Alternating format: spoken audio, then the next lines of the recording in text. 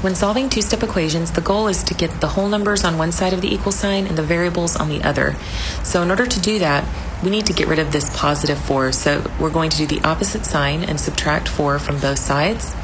4 minus 4 is 0, so now we're left with 3x equals 12. And 3 is being multiplied by x, so to get the x by itself, we're going to divide or do the opposite operation. 3 divided by 3 leaves 1x equals 4. For our second example, we need to get rid of this 9. We want the 2x by itself on this side of the equal sign. Since that's a positive 9, we're going to subtract 9 from both sides, and we'll get 2x equals negative 22. 2 is being multiplied by x, so in order to get it apart, we're going to divide by 2 like we did on the last one, and then x equals negative 11.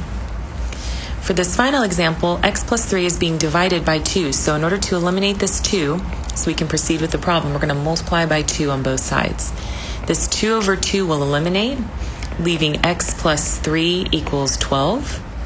And then all we need to do is get rid of that 3, which is a positive 3, so we're going to subtract 3 from both sides, and that'll give us x equals 9.